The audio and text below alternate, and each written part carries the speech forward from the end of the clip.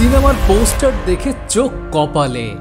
বিনাশকারী লেখা দেখে অনেকেই ভাবছেন বিনাশকারী এ আবার কোন টাইপের লোক।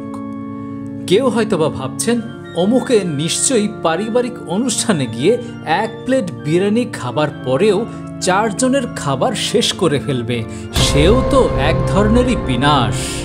আসলে এই বিনাশকারী শব্দটা হালকা গম্ভীর শোনালেও নির্মাতারা সম্ভবত বোঝাতে চাইছেন এই ছবির হিরো বা ঘটনা এত ধামাকা টাইপের হবে যে প্রেম, শান্তি আর কোলবালিশে মুখ লুকানো আবেগের সবকিছু একেবারে ধ্বংস করে দেবে।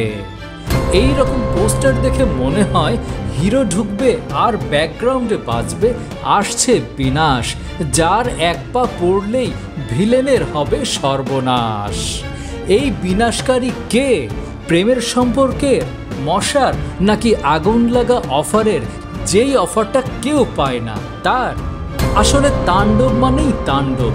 এখানে ফুল ফুটবে না, বরং ধুমধুমার মারামারি আর ডায়লগে এমন গর্জন হবে যে শশা কাটা ছুরি পর্যন্ত বলবে, ভাই এত ধারালো কেন?